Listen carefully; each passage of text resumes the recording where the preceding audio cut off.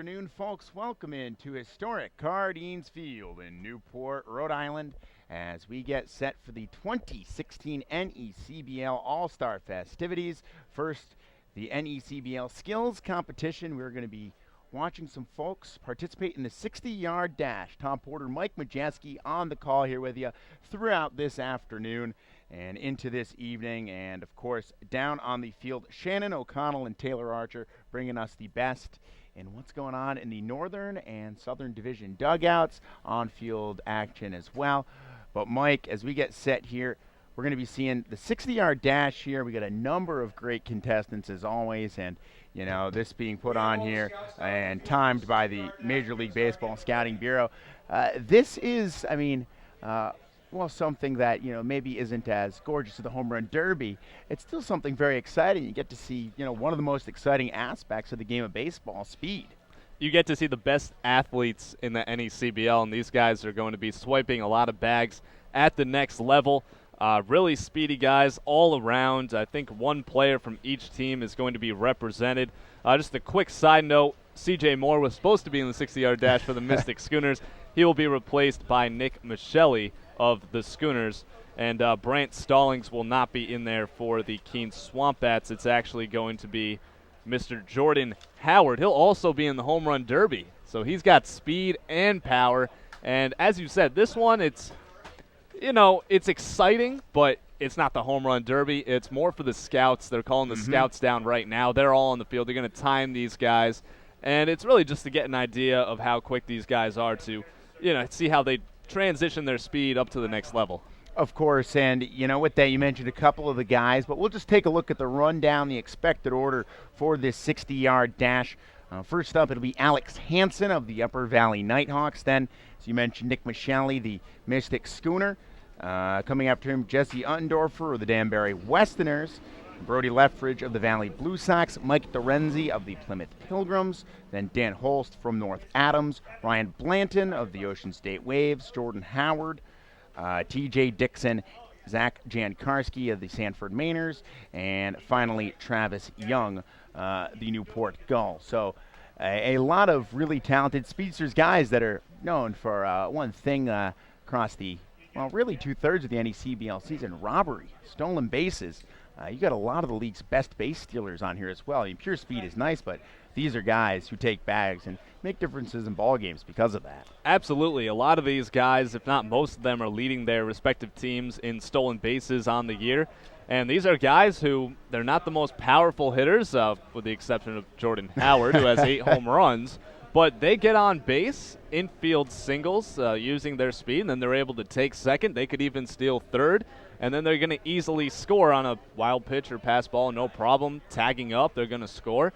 Very fast guys, and that's their best trait as far as being a baseball player. They're all tremendous baseball players, but the speed just jumps out at you, and it's exciting. We get to see these guys give a full sprint, 60 yards. It's in the outfield down in right now. Everybody's all set and ready for it, so it should be a really exciting event. Nope, they're getting ready for that, and Mike, it comes down to this. Who do you have taking home the gold, so to speak, in this 60-yard dash? As much as I would love to go with Nick Michelli from the Mystic Schooners, I have to go with Alex Hansen. He's going to go first, Upper Valley Nighthawks.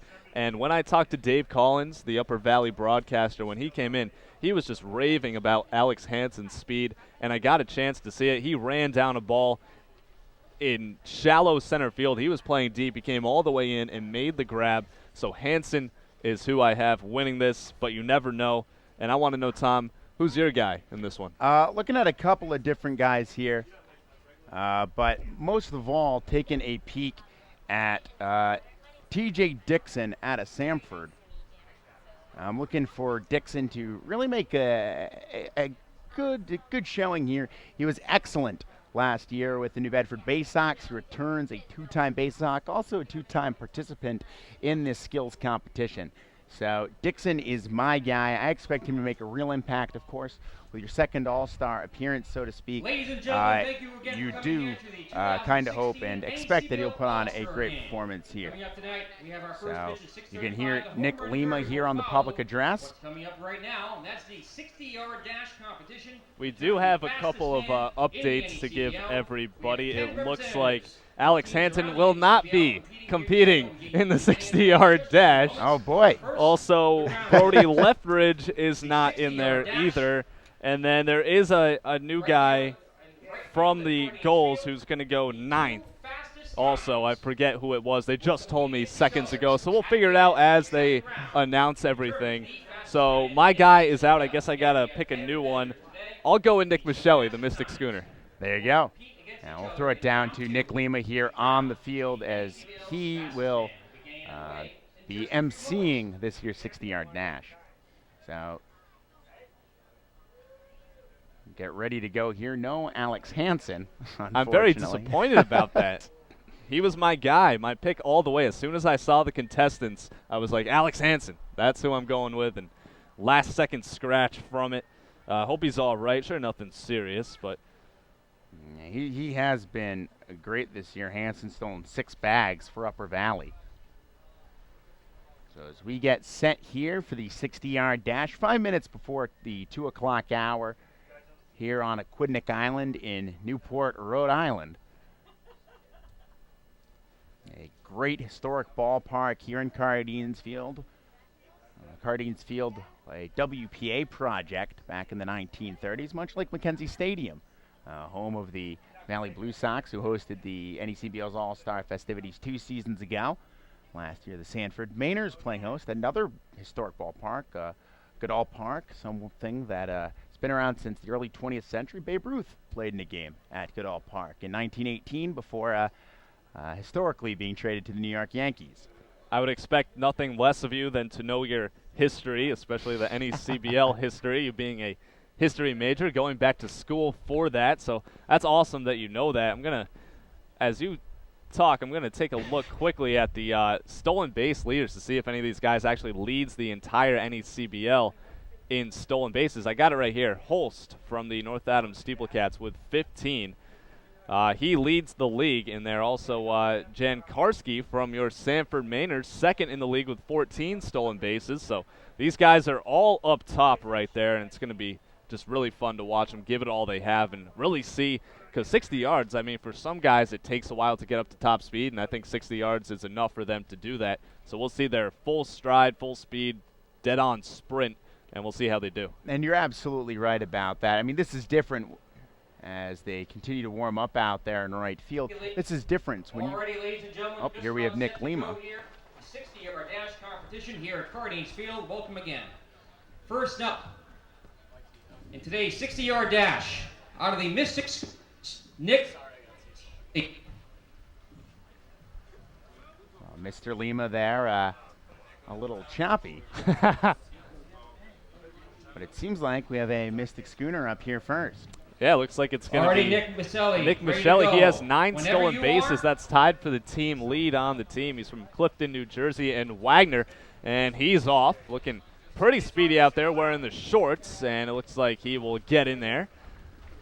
Not sure about the official times, obviously, as the scouts are down there with all their stopwatches, but Nick Michelli looking pretty quick out there, starting things off for the 60-yard dash. 6.52 is the official time for Nick Michelli.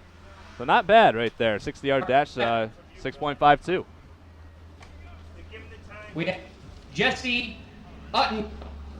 And we'll go again with another Southern guy. It's Jesse Uttendorfer, New Jersey Institute of Technology, Kingston, New York. He leads Danbury with 13 stolen bases. So we'll see what Uttendorfer can do. He is an outfield, and there he goes.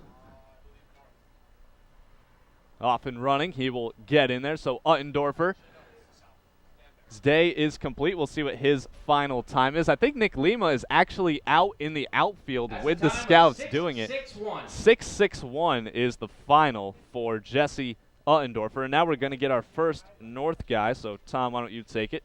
Here comes Brody Lethbridge of the Valley Blue Sox. Up third, from the Plymouth Pilgrims, Mike DeRenzi. DeRenzi is a sophomore at Georgetown And we're going to mix things up here a little bit as New Jersey. I think they told me that Lethbridge was one of the guys not in it Mike, anymore. are you ready? mixing things up. They want me to still go. Mike DeRenzi, 1 stolen base, Georgetown University in Mendham, New Jersey. There goes DeRenzi. He's in there. We'll see what his final time is. Nick Lima right there. And there's so many stopwatches out there. I wonder which time Nick Lima is going with. A time of 6.26 6.26 for Mike DeRenzi right there. Up 4. So not bad. Finally, we'll get a Northern guy. Here we go. Feeling a little underrepresented in my Northern Division. Of course, Mike coming from Mystic, the all-star pick for the Southern Division to be here. Myself from the Sanford Mainers. Holst leads the Steel Cats with 14 stolen bases on the season. Are you ready? So Holst has been an absolute speed demon this year.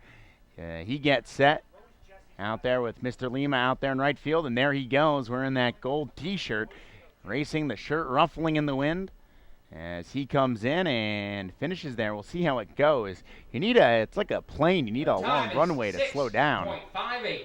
And he goes with a mark of 6.58. I got to ask you, I missed it. What was Nick Michelli's final time on that one? 6.52 for Michelle. 5.2. Thank you very much. Ryan Blanton. Another Southern guy right now. It's all Southern, it seems like.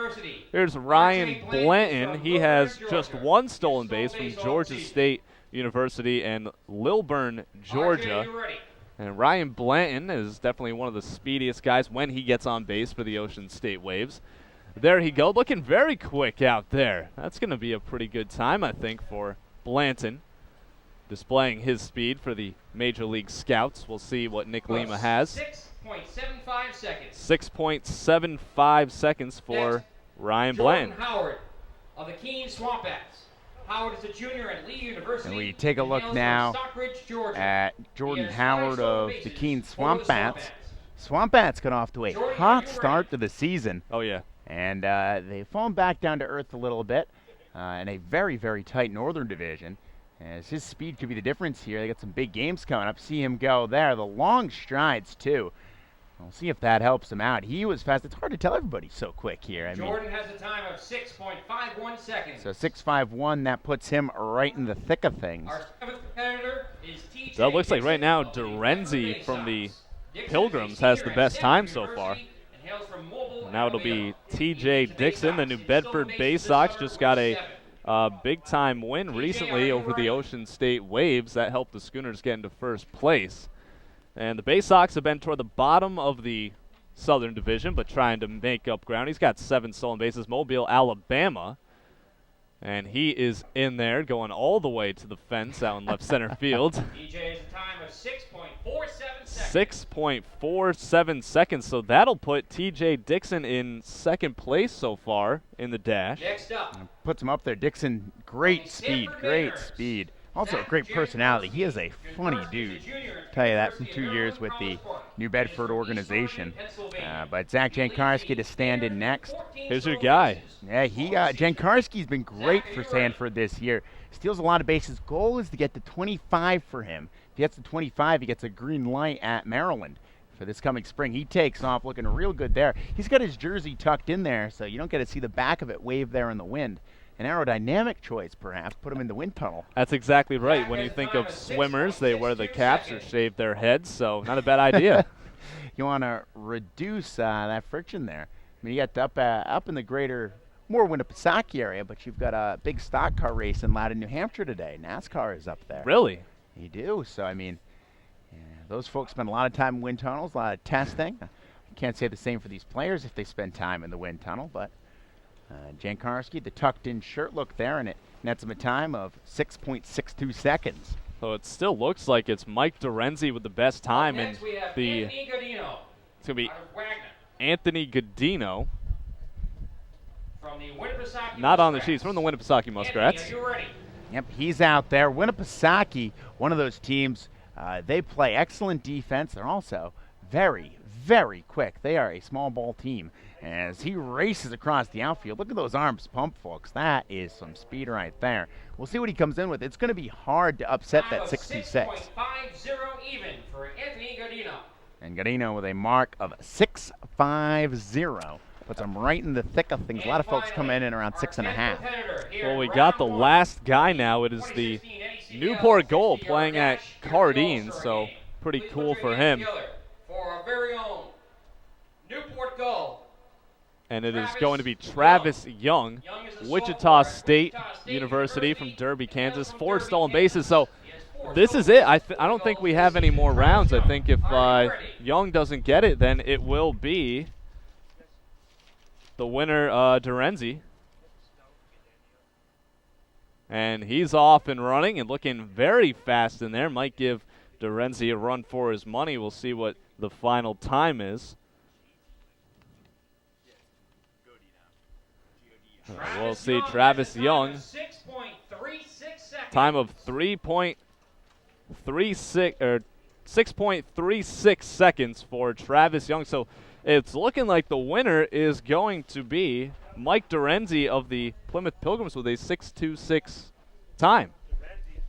He was fantastic. I mean, ladies and gentlemen, when you bring a bunch of guys who are all very speedy, to allow the runners to catch their breath as these runners are going to breathe.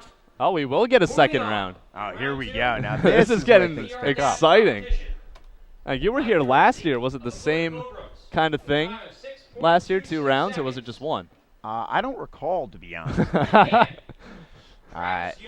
It's a forgettable day, the rain out in Sanford. Even though you guys remember it very well, you and Taylor Archer. Yeah, that's true. We were both there. I mean, there was so much on my mind that was my my first All-Star game. I was so young in those days, so naive. And 1 year ago. Well, that's it. You were worrying about the home run derby. You're worrying about this, the order of things. You get a game after. Much more relaxed this time, much more loose going into this second round. And, of course, like many things, a little experience under your belt. And, you feel pretty confident about the way things will turn out. Newport Gulls this year, fantastic host so far.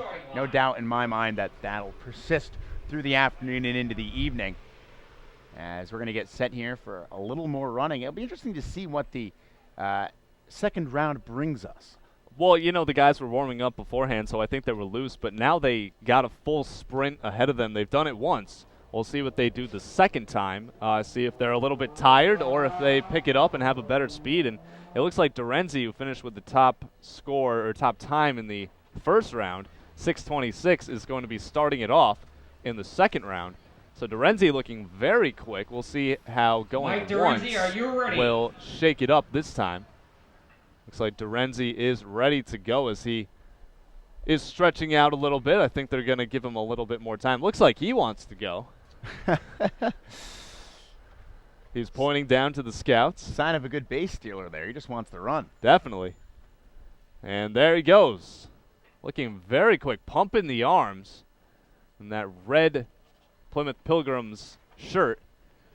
And we'll see what the official time is. Nick Lima will give it to us. Mike Dorenzi in round 2 has a time of 6.32 seconds. 6.32, so very close to that 6.26, but just a little bit slower, but still a very good time. But so consistent, too. I mean, that's the thing. If it went 6.26 to a 6.5 or a 6.6, you might be a little surprised, but right there keeps it real tight. A good second effort. You want to take Travis Young right now for the Gulls? Why not?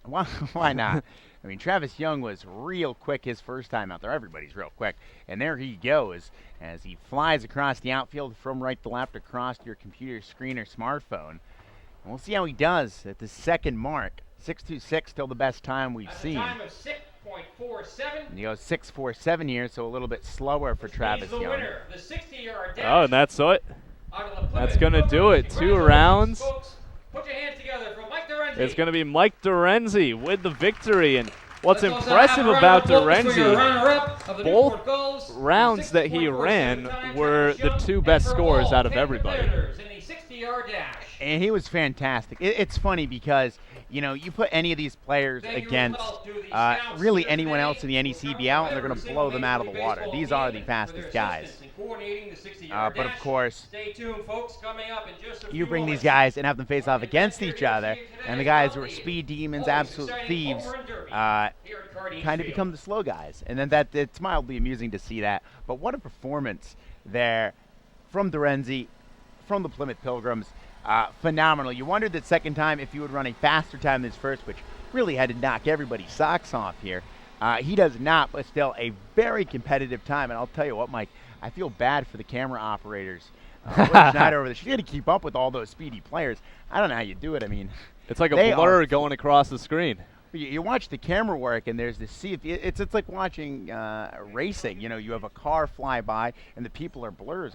Effectively, that's what we saw out in right field just now. Well, you know what? They do a great job, all these people in the camera work. The Newport Gulls, got to thank them for putting all of this together, and all of their, workers, the camera workers, they're working down in the control room right now, making sure that we're all set and we have everything going on. So thank you to them, and congratulations to Mike Dorenzi of the Plymouth Pilgrims for winning the 60-yard dash. And the home run derby, the always exciting derby, is going to come up next in just a few minutes. Not sure the official start time, but that is next up on the agenda, and that is always exciting, and especially here at Cardines, where the dimensions are just weird, and always talk about, if you listen to a Newport Gulls home game, they're talking about the dimensions, and you can just see it. I'm sure we'll get a view of what the dimensions are. I know they have a bird's eye view, but it's just crazy, and it makes for an extremely exciting home run derby here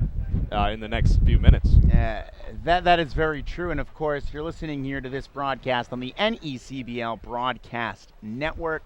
Tom Porter, Mike Majeski with the call of tonight's game. I am Tom, he is Mike, and Shannon O'Connell as well as Taylor Archer going to be down on the sidelines here with us. Well, Cardines Field is such a unique place, and that's where it really comes into play when you look at something like the home run derby. The game, or really any games played here, are real interesting because of the confines. When you think about the baseball fields from the early 20th century, they're built around what the shape of the property is. Fenway Park with its massive wall in left, the triangle in center. You think of some of the older parks, Griffith Stadium where the Washington Senators played. A lot of these places were built around the property. So here, Cardines Field, no exception to that.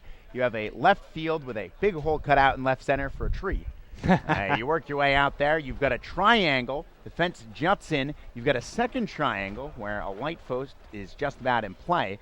Kick out there towards right field. You got some ivy and shrubbery action, and it runs all the way into the corner over towards the warehouse and the Mudville Pub. So you've got, and of course, a big, tall fence all the way around.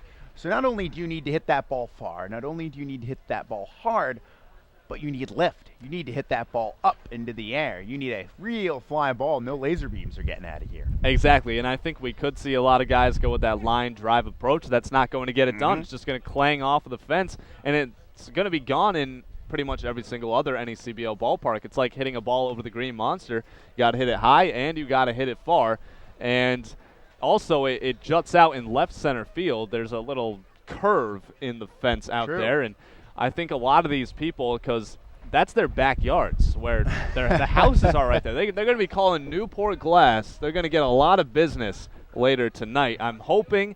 I don't really care about these people's houses. I want some broken windows. There's a couple fellas out there in left center field that seem to be set up for a good Sunday afternoon barbecue. Not a bad I don't know if they know place what they're to be out there. You would think they do because they live right there. You would hope they know what's going on. I've heard Nick Lima has told me that it might be that house because the porch is right there. They've hosted parties with the team, and they get together right there sometimes. That must be really cool. You get Cardines in your backyard. It can't get much better than that, especially with this event going on.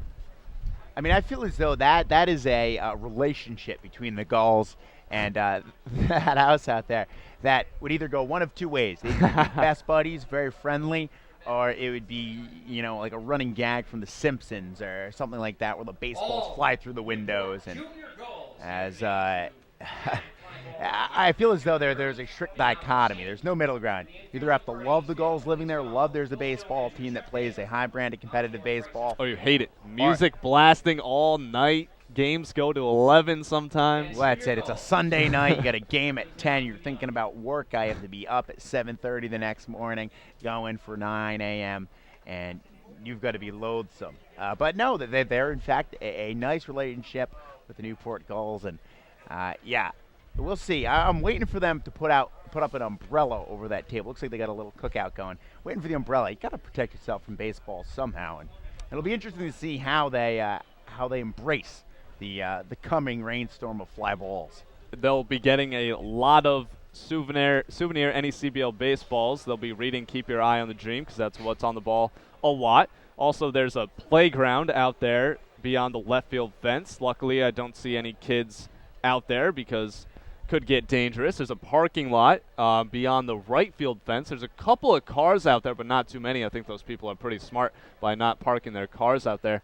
Also, it looks like Nick Lima just announced that the junior Newport Gulls, they are standing out there by first base. They're going to be out in the outfield shagging fly balls, so much like the MLB All-Star Game where you got a ton of kids out there in the outfield trying to catch these balls. And we saw it in San Diego. Some of these kids are trying to rob the home runs and take them away from the guys. I don't think we're going to get any of that here tonight. Probably not. I mean, unless they're Spider-Man. I don't know. If any kid gets up that fence out there, he deserves a good scolding afterwards from his parents. Nobody should be climbing up that high on anything without a safety harness. We'll see. I mean, that is one nice perk to being a junior Gull. Of course, all these teams put on camps for the young players in their communities. I know in Sanford, 3 camps were put on this year. Just wrapped up the 3rd. So the players happy they now get to sleep in after some of those long road trips. But one of the benefits to being one of those youngsters, go out there, catch those fly balls, and, of course, I mean, you got to be involved in All-Star festivities. Who doesn't like being involved in All-Star festivities? It's got to be cool. If you're one of those kids, you can say, hey, I was in the outfield shagging balls when a future Major League player came up for the NECBL Home Run Derby. It doesn't get much better than that. And I know all of these teams, as you said, they host camps. They're very friendly with, all the kids around the area, the local little leagues. All of that's going on, and they build a relationship. The Mystic Schooners, I know they had a camp the other day, and they were teaching the kids how to play baseball, really getting to know them. And it's awesome because these guys in the NECBL, I mean, they're here for 2 months, 2.5 months in the towns where the teams are. They got to stay with host families. And it's not like they just show up to the ballpark. They really become a part of the community, and everybody gets to know them. They get to know everybody. And, you learn that these guys are all just great individuals, and they're very friendly to everybody. And not only are they great individuals, but they're great baseball players, and it makes for an exciting brand of baseball over the summer. You're absolutely right about that. And in a lot of ways, it is kind of cliche, but it's also very true. I mean, speaking specifically to the Mainers organization I've come to know very well this past season. The Mainers, I mean, they participate in the 4th of July parade down Main Street in Sanford, Maine. A parade the other day, actually, they were involved in which the Mainers actually took home first place in the parade. There was a bunch of Mainers on little, I don't know what the proper term is. They were kind of, they're not quite go-karts, not quite bicycles. They're, I guess a trike maybe is the correct term. Okay. But, I mean, there were some great pictures of the Mainers. I mean, there's one on the Mainers Instagram page. I see Troy it. Miller. And they've got these little, go-kart. I don't want to call them go-kart. Maybe somewhere between a golf cart and a tricycle they're riding around on. I think that's a perfect description right there. In Alfred, Maine. It's a little wooden vehicle. There were a whole bunch of them. They didn't have anybody to use them, so they gave them to the Mainers. And the Mainers were riding around on it, and, they had some trouble getting up hills in them, and then, of course, going down hills. They picked up a little bit of speed, but a lot of fun. I mean, the Lions Club were able to let them drive around like that in Alfred, Maine the other day, and Mainers had a lot of fun. I mean, the picture of Troy Miller on the Mainers Instagram page is bliss. He is the happiest NECBL baseball player, current or former, or maybe even future. He is just absolutely happy with being able to ride around on trikes. And it's stuff like that goes a long way to be a part of that community. It's one thing to show up and play baseball and give a service like that or help out kids, with their baseball skills, learning the tools and how to play the game. but it's another to go out there, be goofy, have a good time, and really be open about the different experiences these communities can offer. And certainly a lot of great towns, plenty of things to do in these towns. I mean, think about how lucky these Newport Gulls are. They get to be in Newport in the summer at the height of tourist season. Of course, not a ton of off time for these players, as you're playing pretty much every day, but I mean, this is the place to be, one of the places to be in Rhode Island, if not the place to be in the summer. It's the perfect place for a summer baseball team. You can't ask for anything more. And these guys, you saw that picture, he's having a blast right there. These guys are having the time of their lives. What else would you rather be doing over your summer than playing baseball, really at any level? But this is a very competitive league, the NECBL is. It's one of the best in the country, and we get the pleasure of being here at the All-Star game to see the best of the best play, and seeing like the top future power hitters come up to the home run derby. I think we're in for a really good show. All the guys right now are kind of warming up, taking some practice swings. Why don't we quickly go over the contestants? It is going to be up first. It's going to be Jordan Howard from Keene. He has 7 home runs, 21 RBIs from Stockbridge, Georgia, and he's a junior at Lee University. And Howard, we just saw him in the 60-yard dash. This guy does it all. Speed, power, brings in runs. I mean, the numbers are fantastic for Howard.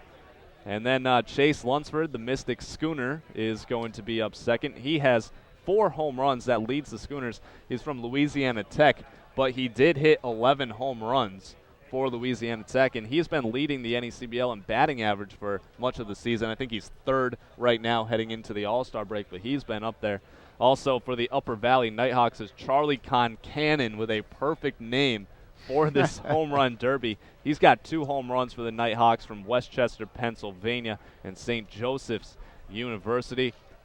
After that, this guy I'm excited about, Cole Gordon from the Plymouth Pilgrims and Mississippi State. He's got 4 home runs. He came in late. He hasn't played. He hasn't had that many at-bats. He's got 4 home runs, and he is an absolute monster. I want to see Cole Gordon. He's got arms the size of you and I combined.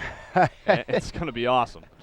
Your Sanford Mainer, Shane Hughes from Monmouth University in Sewell, New Jersey. He's got 2 home runs, 11 RBIs. Also Gian Martellini from the Ocean State Waves.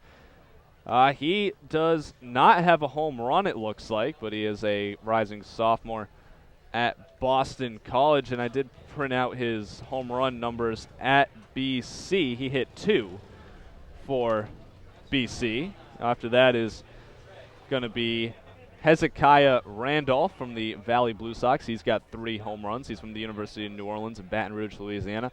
Ryan Baldwin from the Bay Sox, 1 home run, Fairhaven, Massachusetts guy from Barry University. And then Caven Burgess from Winnipesaukee. He has 5 home runs on the year. And in college in the spring, he hit 21 dingers. That is a lot for Burgess. He hit 1 at Mystic earlier in the season. Sean Blake for the Danbury Westerners with 4 home runs from Elon University in Stratford, Connecticut. Kyle Brennan from North Adams, 2 home runs. Mikael Mogs, we're excited about him. He looks like Big Papi out there, a big lefty. 2 home runs. And Newport's own Gabe Snyder with 2 home runs on the season. So this is a very exciting lineup for the home run derby. All of these guys displaying so much power. Absolutely, and this is, I mean, obviously it's very interesting. It is a one of the more fun all-star kind of events, next to the game. And it is interesting because these home run totals, not every park in the NECBL is created remotely alike. You have places like Vermont. You've got a double tall fence out there in center field where you got to hit it 419 feet to reach said fence. And then you have places like Danbury with, a much smaller ballpark. And also the dimensions can change wildly. Goodall Park, it's 283 down the right field line. It's 404 to dead center. So it is real interesting to see. You can have somebody, he played in this park, it's a real hitter's park. Oh, he played here, it's a pitcher's park. So these statistics oftentimes are very misleading. You can have somebody who hits for Bauer, but you play in a bigger ballpark, tougher to hit it out. Or you get somebody who plays in a smaller one, or a lefty at a park that favors lefties, a righty at a park that favors righties. So this is kind of cool to watch them all put it on the line as you have all these different pieces kind of contrasting, all these different pieces coming together for a group of players who obviously can all swing the stick, whether it be in the NECBL season or the college season. It is going to be real cool to watch them all try and muscle up and hit the ball out as Nick Lima out on the field giving the roll call here as he reads through the order of things, which we were just able to go through. It'll be real fun to watch these guys go. And also interesting to see who throws. That is the other part of that. I do know for a fact, well, not for a fact, but I've heard rumors that for Chase Lunsford, it's going to be Nick Michelli, the starting second baseman for the South All-Star team, throwing pitches to him, which is a little bit surprising to me. Dennis Long, the Schooners GM and pitching coach, is also here. He usually throws BP to the team when they're warming up. And one of our assistant coaches said, Dennis, you're going to throw to Chase? And he said, no, I think Nick's going to do it. So it'll be interesting to see if any of these guys have their pitching coaches, assistant coaches that are here, or if they have teammates throw to them. And that could really make or break the whole situation right there. And it'll be cool. I mean, a couple guys down there of note. Kyle Fernandez of the New Bedford Bay Sox, their manager, he's down there. A former pitcher pitched up through the Red Sox minor league system into Double-A ball, getting all the way to Portland at Massasoit Community College. So expect he'll be throwing that to Baldwin. Also, Corey Gogelman of the Sanford Mainers down there. Imagine he'd be throwing them to Shane Hughes. So we'll see. They're going to move over to the first base line and take a nice little photograph here. But that is one thing that's always interesting. I mean, you look at Major League Baseball and their home run derby. Robinson Cano's father oftentimes throwing, and plenty of jokes, especially as folks have a tough time hitting off of him, that he was there. A whole series of jokes about him throwing his second home run derby no-hitter. And I always thought that was absolutely hilarious.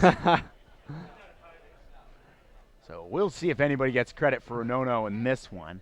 You hope not. You want to see everybody hit at least one, I think. I mean, oh, yeah. You want to see you do want to see somebody go off, but you want everybody to get one or two. This is one of those things. If you're in a home run derby and you don't hit any dingers, it's a little awkward. It really is, and it's kind of a disappointment for the fans because the life in the ballpark is kind of out when you're just hitting line drives or hitting pop-ups and all of that. It really gets the fans going, and it's going to get me going when someone gets on an absolute tear and starts ripping 3, 4, 5 in a row. As I said, Cole Gordon is a guy who I think can really do that. He's the biggest one by far out there, tallest and strongest. Also, Mikael Mogs is going to be a pretty good contender out of the north. It looks like they're getting very close to starting this thing up, as it looks like Brett Bond is actually throwing to Aaron Hill. So the entire Schooners team is rallying around Chase Lunsford, and you see around Jordan Howard for the Keene Swamp Bats. All those guys are standing around the teammates, really just cheering on these guys, and really a win for a guy on a team as each team is represented. That's a big win for the entire organization. It shows that they can show off the skills, and that's why they're here. Absolutely, and the unsung hero in this one will be the catcher. Looks like one of the junior Gulls has been summoned to do the catching here this afternoon. You think that was planned or just last second? Yeah. It's like, hey, you're not going to shag fly balls. Go catch. I don't know. He seems prepared. He's got the two-piece mask he's going to be wearing. He's got the skull cap on, so you can see him there and on the video feed. Of course, if you're listening to this on the NECBL broadcast, I encourage you, tune into the video feed. It is free today. Oh, yes. So make sure to get on to the NECBL. Of course, if you're listening to this, you're already there in some capacity listening to. I wonder if they even have the option for the audio if the video is free. I bet they do. But you can listen to both. Make sure you're watching the video. It's free. Yeah, get on there. Make sure. I mean, if you love radio home run derbies, I'll let you know there are going to be some fly balls here, so be prepared for that. And for those not visually into this, but of course, tune into the video feed. Get all this. The Newport Gulls, a fantastic job they do broadcasting these games. Bring in, of course, 22 home games to the greater Newport area, and of course, the NECBL Broadcast Network. They do a fantastic job. The production crew, the on-air talent, everything about it is major league quality here. And, of course, because the All-Star Game is here, we get to bring that to you. And they do travel on the road. They came up to Sanford last year. So they do bring their talents on the road for playoffs a lot of times as well. But very special. We have it here at Cardines, the whole apparatus assembled. And we get to see home runs here as Nick Lima down on the field. We're beginning to get things organized. And Jordan Howard will be leading things off when we get there. A minute away from the 2:30 mark, so we are closing in real quickly on the first swings to be taken. It's going to be a lot of fun here, Mike. Do you have a favorite going into this? Prediction time. Oh, I was talking about him. Cole Gordon, I think that's my guy. He made his Plymouth Pilgrims debut at home against the Mystic Schooners, so I got to see it. His very first at-bat launched one to straightaway center field. It wasn't gone, but it was right at the wall, and right then and there, well, the second you saw him, you knew that this guy is a powerful hitter, but then right then and there when he hit that ball, you said, oh, man, he's going to get a lot of home runs. He came in late, as I said, and he already has racked up 4 home runs on the season to put him, top 4 or 5 in the league. So Cole Gordon is going to be my guy, a sleeper that I have. Caven Burgess from the Winnipesaukee Muskrats. Tom, who are you going with? This is tough. I like Burgess. I'm going to go with your guy right here. I really have liked what I've seen from Chase Lunsford. He had a dinger at Goodall Park to right field. 3-run bomb. Absolute blast. And that was very interesting to me. I mean, you see a stat line and go, oh, this guy is hitting, this with this much power, this many RBIs. That tells you some of the story, but certainly doesn't tell you everything. Lunsford is my pick to win this. Playing in the Southern Division, some familiarity with this field. I've got him taking home the bacon and winning this thing. That'd be big-time stuff. So Jordan Howard's going to stand in here. He'll be swinging out. You imagine pulling the ball out towards right field. You've got the warehouse out there, and we'll see what he does. 10 outs issued in this first round. 13 players to go as he stands in, and I suppose he takes ball 1. So he swings, drives it out towards center field. Some carry. That one will not go. The Junior Gulls are going to eat that one. He's got 1 out. He takes there. What's funny about Howard is he's not the biggest guy in the world, and he competed in the 60-yard dash. He walked by us when the Swamp Bats arrived. He drives one out towards center field, out towards left center. That will get down. It will not get out of here. But he's not the biggest guy, and he does play at Alumni Field, home of the Keene Swamp Bats. Pretty small ballpark, so we'll see how he does here at Cardines. Yeah, this is a little more spacious, particularly out towards center as he takes another there. 2 outs. He himself as he pops one up to center field. Some good drive to that one, but it gets off the fence out there near the ivy. In the longest part of the ballpark. If he pulled it, it's gone. Now he slices one out towards left center. That will get down into the grass. So 4 outs now on Howard. And number 5 on his back, the Swamp Bat. This year, 7 homers, 21 RBIs. That's a lot of home runs and a lot of RBIs. He takes one outside here. And batted cocked, you can see the purple bat, or at least the bat head anyhow, the bottom part pine. He takes one up around the eyes. Very selective here. Oh, yeah, well, you have to be with how this thing is going.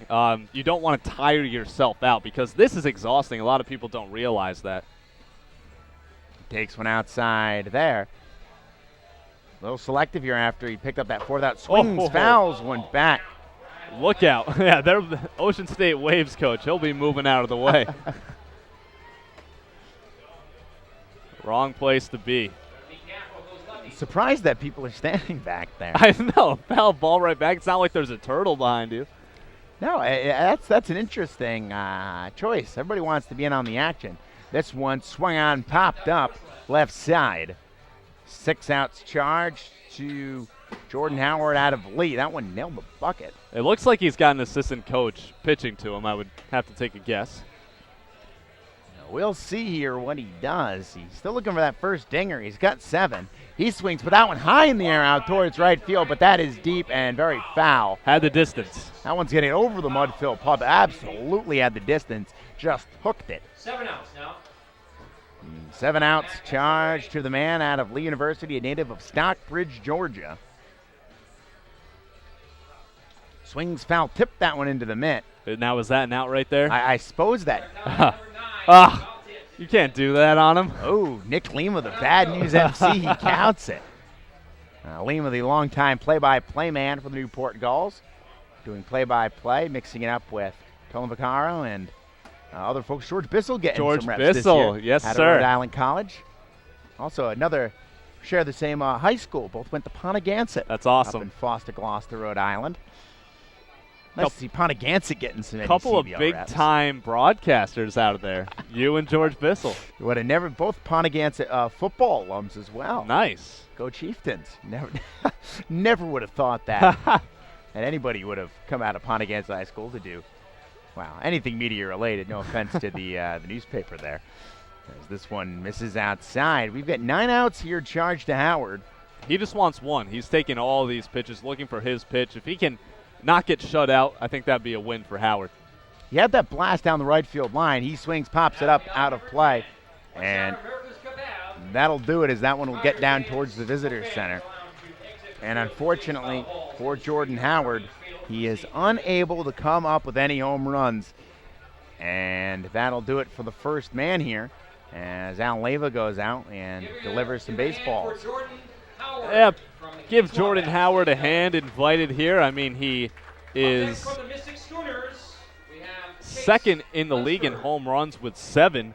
And now here's your guy from the Mystic Schooners, your pick to win this whole thing, Chase Lunsford, the lefty from Louisiana Tech and Clinton, Mississippi. He hit 11 home runs at Louisiana Tech. He's got 4 for the Schooners, and you talked about it. He had a 3-run blast at Goodall Park that was more than halfway up the trees in right field. I mean, that game, at that time, it was a 5-2 game, too.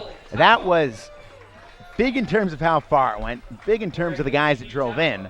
And, of course, it tied the ball. That changed the whole ball game. It was almost all Mainers up to that point, and he flipped the narrative around. Sanford, luckily for me, came back and was able to pull it out 8-5. Lunsford has a lot of power. Brett Bond, the reserve catcher for the Schooners, is throwing to him. Lunsford gets into this one deep to right field. We'll see if it's out of here. And no, off the fence in the triangle, the second triangle. That's gone in a lot of other ballparks. Not for Lunsford.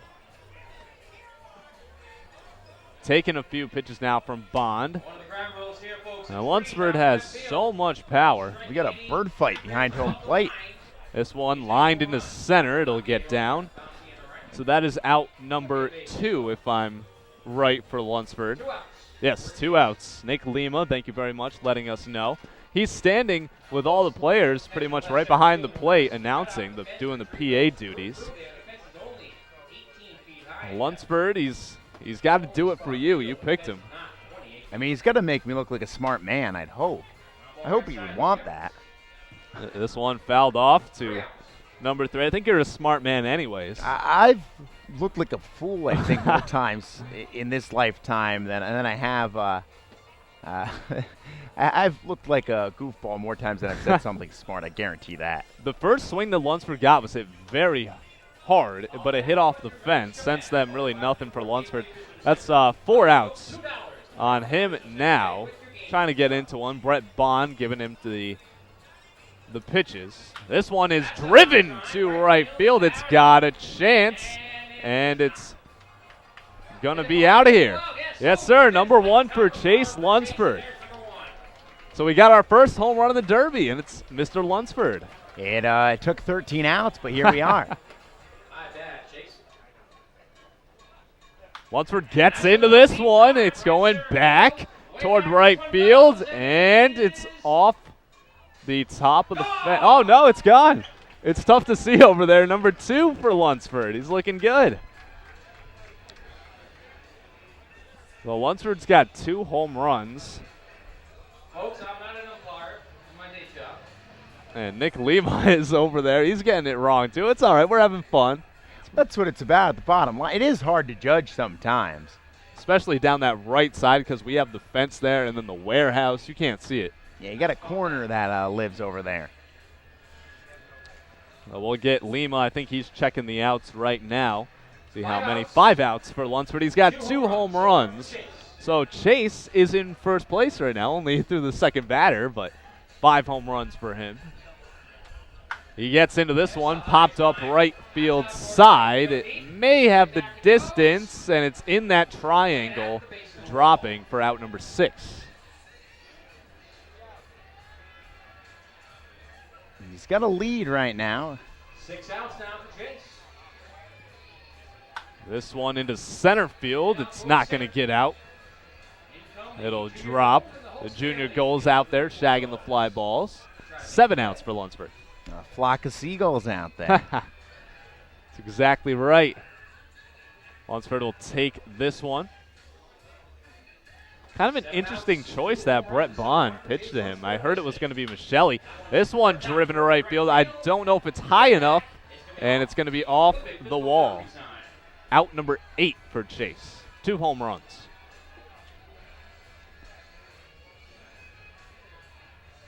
And there's out number 9 as it's popped up. Shallow right field. So Chase has got 2 home runs. We're through 2 batters. He's in first place as it was Howard. Jordan Howard did not get any.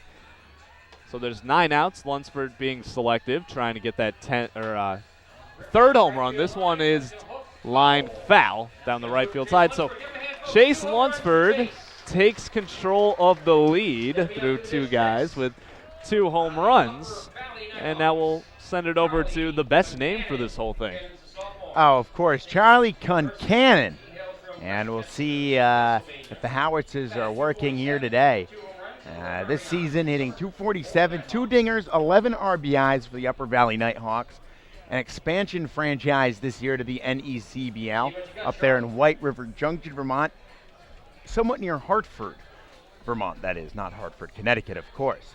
We both thought it was Hartford, Connecticut when we first heard of the team. I saw that and said, where is there a... I'm like, I know Hartford, Connecticut. You know, capital, of course. Hartford, Vermont, I'm very confused as he lines one through the right side. That would have been good for a base hit in the ball game, although not much there. Now he hits a high fly ball. And gets out there towards the wall, but it's going to get down into the grass. No dice. So Concannon, he takes outside. Swings. That one's a blast. Is it high enough? It's going to get out there in a hurry. That is high off the wall. Oh, no, it got out of there. I thought that got off the wall. It's tough to see. Whew. Really tough. That's a dinger. Now he hits another one. This one has the height. Is it going to stay fair? It is. 2 blasts. Charlie Concannon ties things up here as he rips a hard ground ball for out number 3. Mr. Concannon showing off the power bat. Well, that's it. What do you want to say here? Is it a howitzer? You know, you go through your military implements here as he pops one up. You know, what kind of I think you know more than me. I got a decent grasp. I'll say that. I have no grasp. He pops this one up out towards right field. And it'll drop in there in right center. Grab by a junior Gull on a hop barehand. Nice little snag there. Not afraid to get down and bear in the baseball. He swings. That's a laser out towards right, though. Not enough air on it. Concannon not as patient as some of the other guys. No, he just wants to blast. Got a real drive into that one as it gets out there towards the corner. And it doesn't get out of there as it bounces off the wall. Real drive for Concannon. He pops that one up. It'll twist back towards the third base side and actually land out towards shortstop. He's got to be up there in outs because he's taken a lot of swings. Got at least 8 by my counts, and Nick Lima confirms he does have 8. 2 to go. Next offering on the way. 2 home runs up on the board. One more will give him the lead. That one plunks off the bucket inside.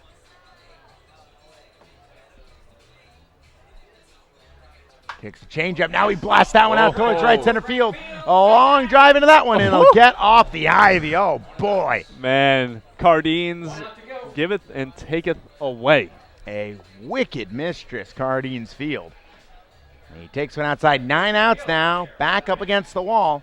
Ooh, that one looked kind of good there. He takes that one's a laser beam. It's going to plunk off the big old scoreboard there. And that'll do it for Charlie Concannon. 10 outs. He manages to tie Chase Lunsford. A hot beginning to the home run derby for him, but unable to pull ahead. We're all knotted up at 2 here. a very impressive round for Charlie Concannon. I mean, he was being very aggressive. We saw Howard and Lunsford take a lot of pitches and be selective. Concannon swinging away, letting everything all out on there, and ties it up at the top with 2. Not a bad round, but here we go. Look at how big this guy is. Cole Gordon is massive. The biggest guy, I think, in the entire NECBL.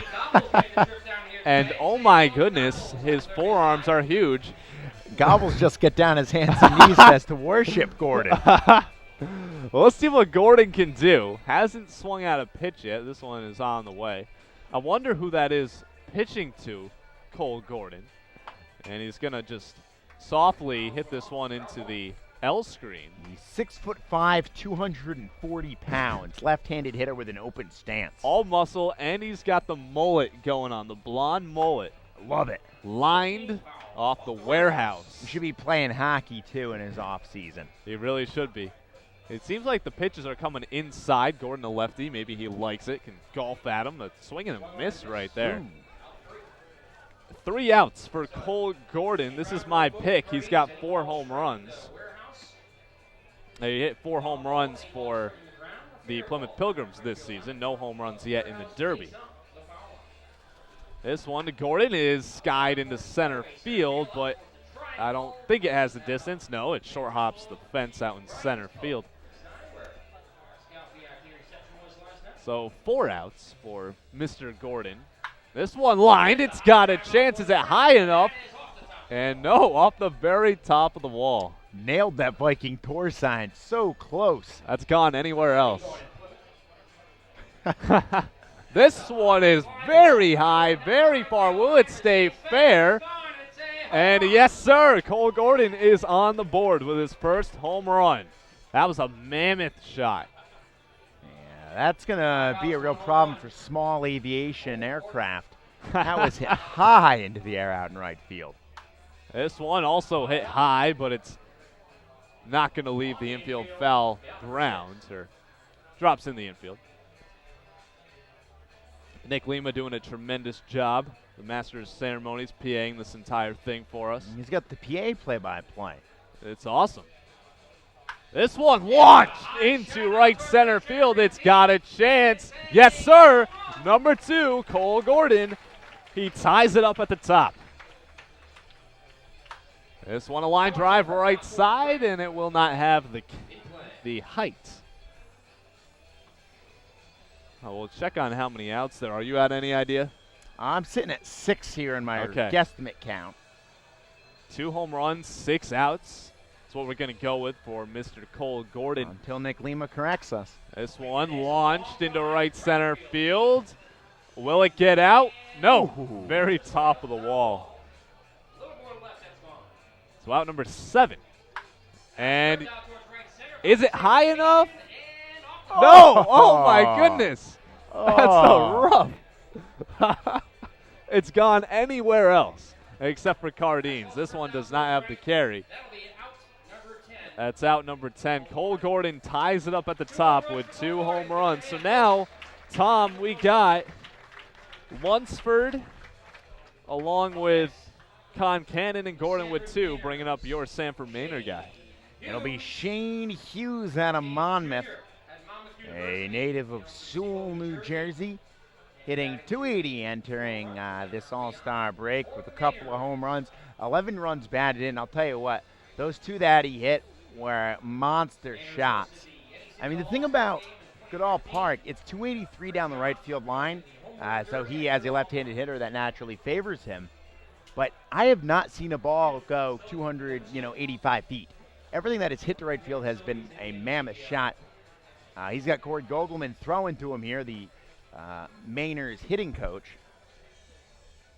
Sanford offense has come alive in large part due to Goldman's work these last 2 weeks. He swings and a topspin ground ball towards first base. Not much going on there.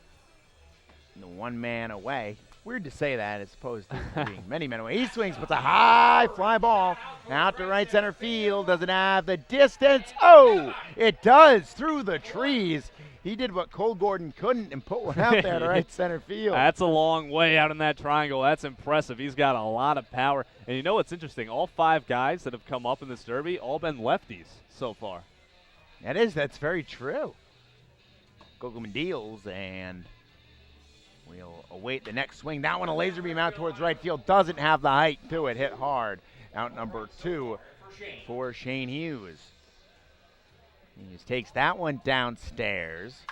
Now he swings out to center field. Don't know if that one has the distance, although hit very high. It'll land in the grass. Out number 3, charged to the mainer.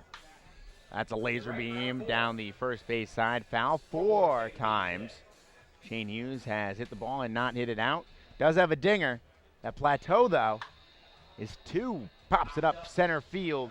Not enough distance on that one. Here come the junior Gulls. And he dropped it. The junior Gulls. Oh, he had it. Here's a ground ball. That'll be out number 5. You can tell all these guys are trying to pull it over that right field fence. And if not, it's going to be in that right center triangle where it's very tough to get it out. Nobody going opposite. Nobody going into center field. He swings, pops this up, back out of play. Out number 7.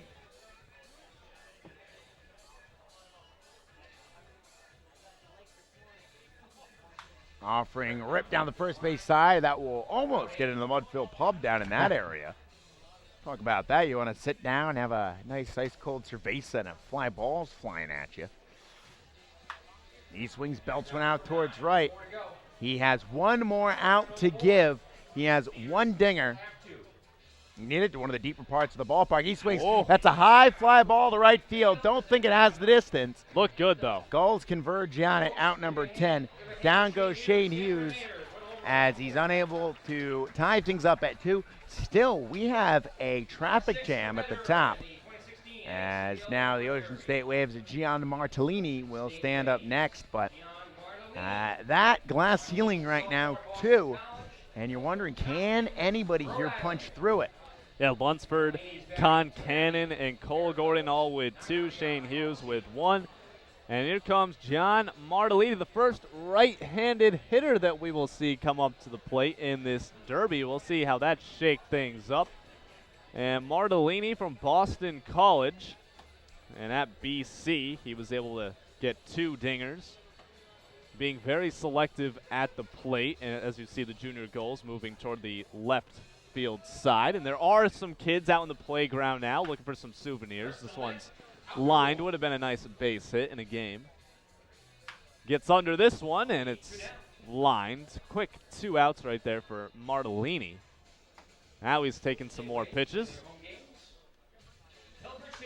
This one skied into center field, and it will not have the distance in that triangle. That's pretty much the toughest part of the ballpark to get it out of. That triangle, and then the other one in right center. Martellini being very selective right now.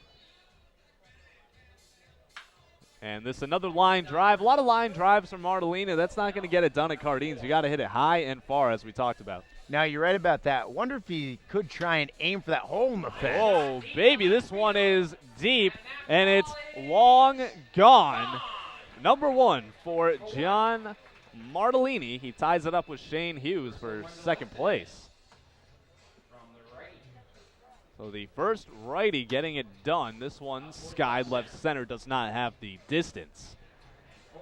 And almost tapped off of a junior Gulls glove into another man's glove.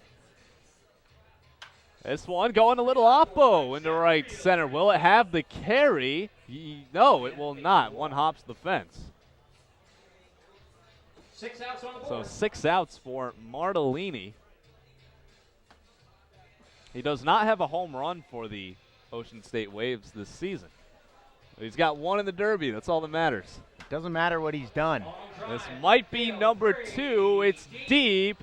And, yep, better call Newport glass. That one's out in someone's backyard for number 2. So he ties it up at top with Gordon, Lunsford, and Cannon. So now we have a 4-man tie. This one into center. And a junior goal. Junior Gull making the grab out there. Nice job. So 2 home runs. Can John 2 home runs, 7 outs. make it number 3? 7 outs 3 to work with. for Martellini. Martellini. The Wave lines this one. That's out number 8. 2 more to work with. Let's see what he can do. If he can take the lead or if we'll have it even more locked up at the top. And this might do it for number 3. It's long, and it's gone. Number 3 for John Martellini. He takes the lead with number 3 into the playground. Nice to see a Rhode Islander do that here in Rhode Island. Johnson not too far away. Yeah, definitely a homecoming for him. I wonder if his family's in the building. And wow, straight away center field, it's gone. Number 4. That's impressive in that triangle. And will this one have the height? It's definitely deep enough. No. That's out number 9, I'm going to say. So he's got 4. Is this number 5? Oh, yeah, the junior goal is just looking up. It's out of here. And number 5 for John Martellini. He is now in a comfortable lead. Yeah, that he has. Is this number 6? I don't know if it'll have the carry. No. 5 home runs for John Martellini. He takes a 3 home run lead as we're getting into the middle guys. And, man, what a performance right there by Martellini. I mean, when it seemed like that nobody could hit more than 2, Martellini comes out, hits not 2, not 3, but 5 dingers, and some of those moonshots out towards left field. And that's what's fun about this. You get to see those balls get hit for sure, but you want to see, you know, the kind of things that, you know, someone like John Carlos Stanton at the major league level hits. Miguel Cabrera. You want to see those fly balls that go. Yeah. And so far, we've seen a couple bombs, but wow, Gian Martellini, what a clinic he put on just now. Hezekiah Randolph of the Valley Blue Sox. He was second right-handed hitter, and, you know, I'd have thought if you'd asked me that this field would have played better for left-handers. A little shorter, I think, out there to right field.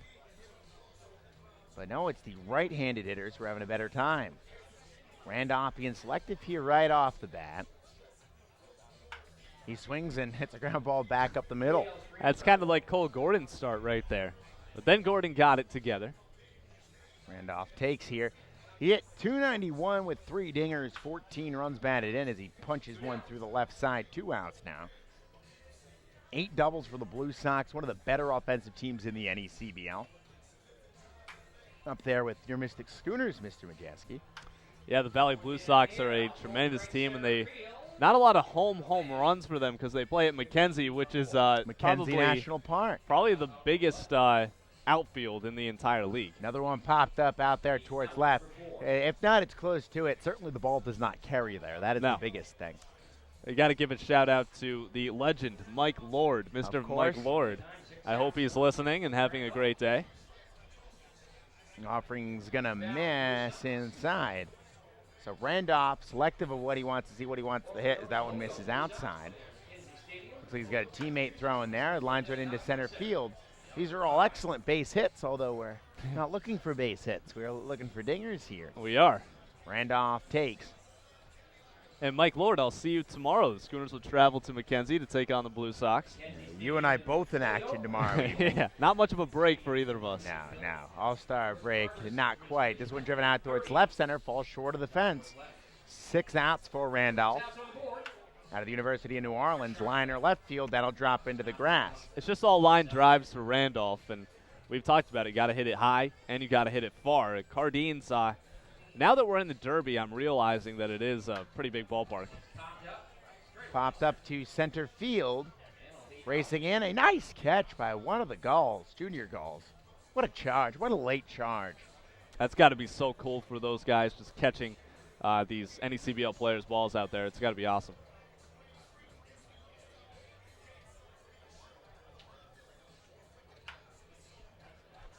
It's popped up left center field. Some carried that one back towards the fence. It's going to stay in the park. That was close. Oh, That's so about close. as close as you can get. 9 outs now for Hezekiah Randolph. He's going to look to break through with his next swing. Keep his hopes alive and at least get on the scoreboard. Swings, pops it up, right center field. Don't think that has the distance. And it'll land in the grass safely out there. 9 outs, no dingers for Hezekiah Randolph. And next, Ryan Baldwin of the New Bedford Bay Sox to stand in. Yes, sir. I actually noticed when Nick Lima announced him, R.J. Baldwin, I think, is what he's going to go by. Well, he called him Ryan Baldwin right now. He called him R.J. earlier, so we'll call him Ryan Baldwin, New Bedford Bay Sox.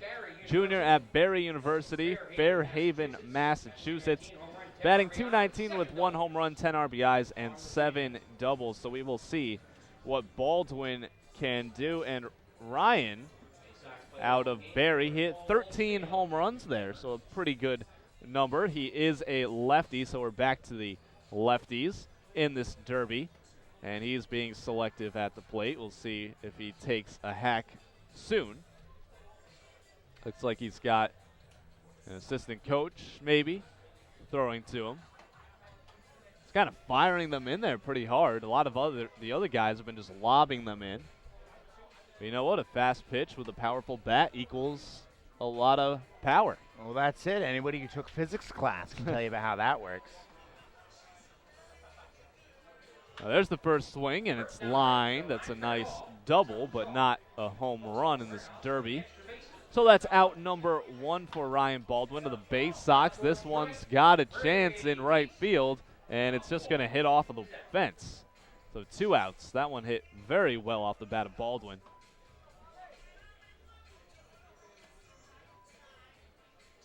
And we'll see what Baldwin can do. A local guy, New England guy, Fairhaven, Massachusetts. Always great to see these guys being represented by their teams. So nice to see guys from, Fairhaven, not far from where the Bay Sox play in New Bedford. Nice to see those local guys, from the area. Definitely. This one is lined in the center. Not a home run, out number 3. And Ryan Baldwin, take a look.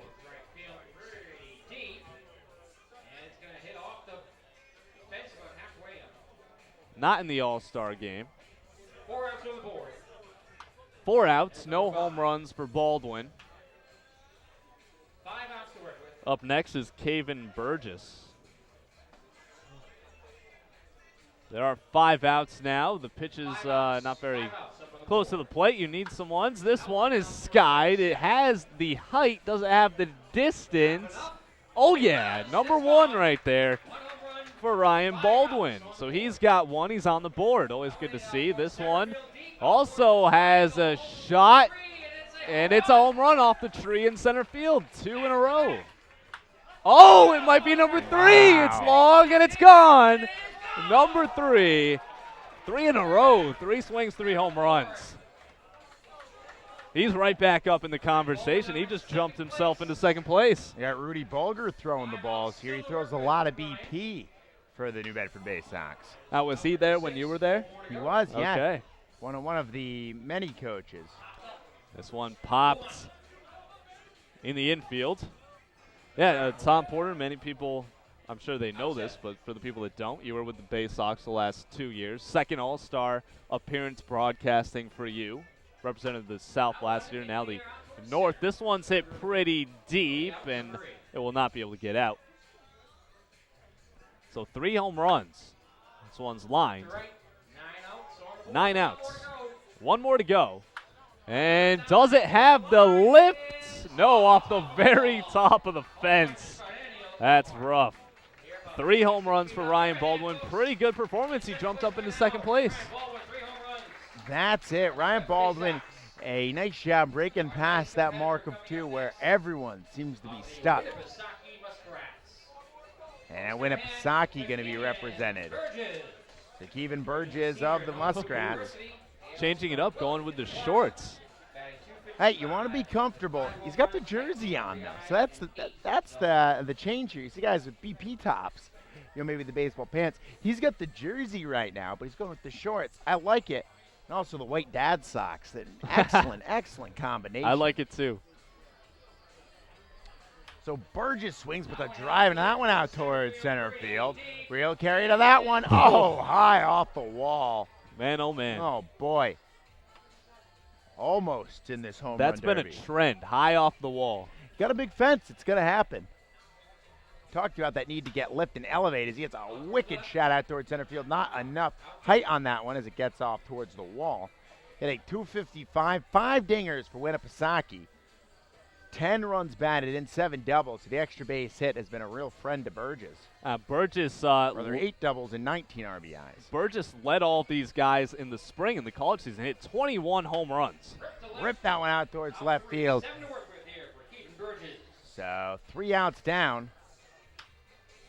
Ball belted out towards left field. Wheel drive down at the base of the wall. That looked like that took out a young Gull. Yeah, he's all right. He grabbed the baseball. He's doing well out there. This one a drive out towards left center field. High in the air. It is gone. What a shot right there. Burgess, a bomb. Wow. That really was, and that house out there is going to have to do a lot of work. High fly ball to center field now, and Whoa. that one is gone too. Whoa, So and here we go. That one was very deep in the ballpark. Ripped out towards left. Don't think that has the height. It'll drop into the grass. Halfway home, 5 outs to go. One shy of second place right now. 2 runs on the board. So he's hit 2 homers. 5 is the pace setter. John Martellini of the Ocean State Waves. This one under it, popped up first base side. That's all the players really densely populating the first base side as he pops one up back out of play. That'll get back towards East Marlboro as it bounces off the wooden roof. 7 outs. I have a feeling as though that one would break through and come down right on top of us. Luckily, it did not. We are pretty well protected here. So far, so good. Lined out to left field. It'll catch some grass. 2 outs to work with. He's got 8 outs right now. Another one popped up right side. Back through the grass that ball goes. It gets it, and will land out there in that grass. Out number 9. Belted out Oh, towards right center my field. Oh, that is a goodness. drive. Wow, look at that one. That is out of here. That's over the house beyond the fence. That is out of the ballpark onto the roof, if not over the roof of that house. Wow. That's the furthest hit ball that we've seen. Somebody hit up one of the roofing companies. Oh, that one might be even deeper. Oh, that goes way back. Oh, That's man. gone.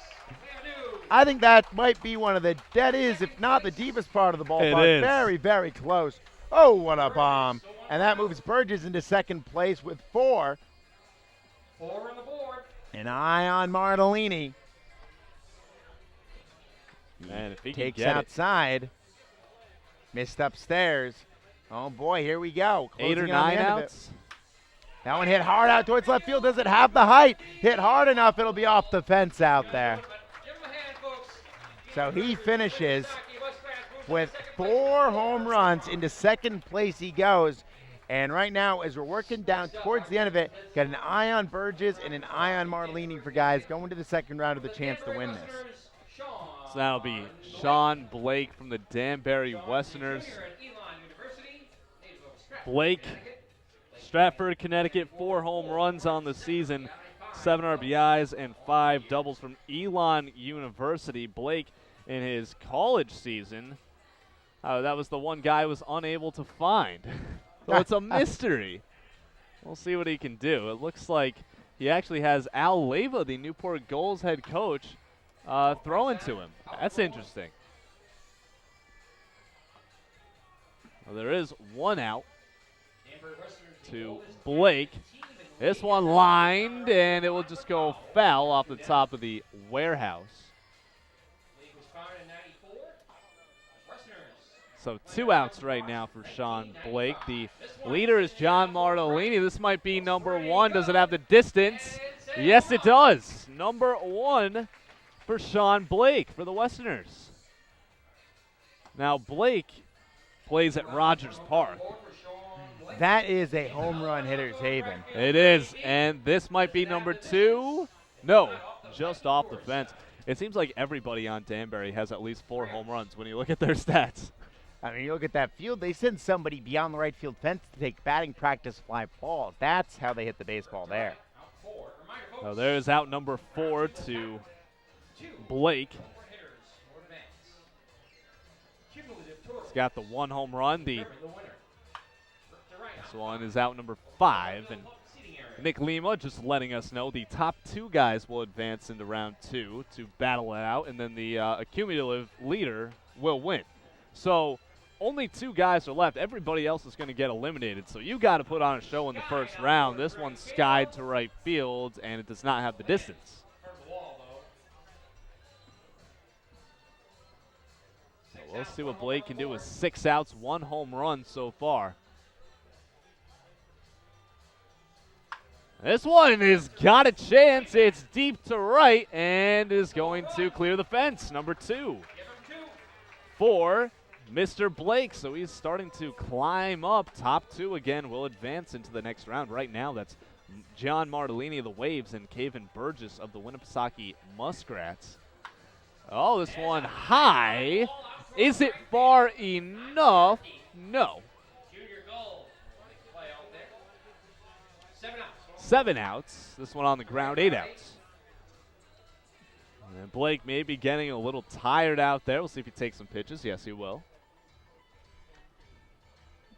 That'll be 9 outs off the scoreboard area over toward those banners for the Newport Gulls championships. 1 more to go. And there's out number 10, 2 home runs for the Danbury Westerner, Sean Blake. So as of now, he is eliminated with 2 guys with 5 and 4. So you've got to get more than 4 to stay alive. And that's a tall order, because you do consider as you get towards the end of this, you get tired. You're putting everything. I mean, when you're hitting BP, you're trying to work on form. You want to drive the ball, make solid contact. You're not necessarily looking to hit it out. Here, you're putting everything into that, every ounce of power to drive the ball out. As we have Kyle Brennan and Mikael Mogues, the next 2 men to come up, and then Gabe Snyder of the Gulls. So 3 men left at 4. That is tough to get over. I think last year Ryan Blanton hit 13 in 1 round. Wow. And then how about the reigning champion, Tim Lynch? He put on a show at Goodall Park. He was amazing. So Brennan here selective to kick things off. Hitting 133 with 2 dingers, 7 RBIs, and 2 doubles for the Steeple Cats out there from Western Massachusetts. Pops one up, looking like it's going to land in the grass, end up there anyhow. Out number 1. Big swing as he pops that one back out towards the road. No, it falls back into play, actually. Caught a screen or something up there. 2 outs and misses inside. So Brennan is being selective here. Pops it up, and that one won't get out of the confines. Out number 3, a cool start for Brennan to kick things off.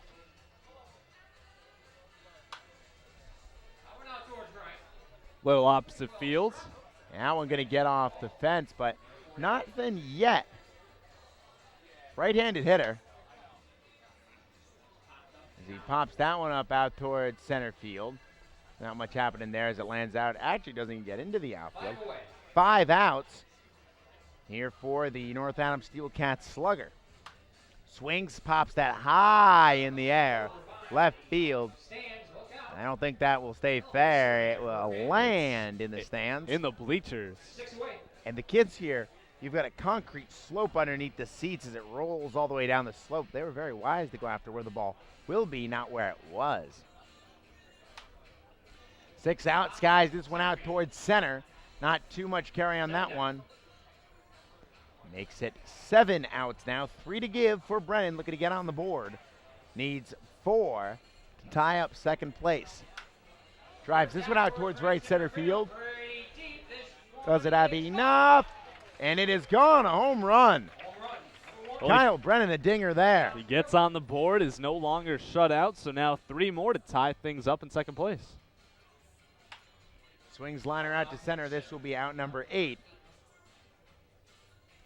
Thought the young fella in the green shirt had a good chance to catch that. He didn't want it. Shot away. Swinging a drive out towards left center field, falling quickly. That drops in for would-be extra bases. Although not a home run.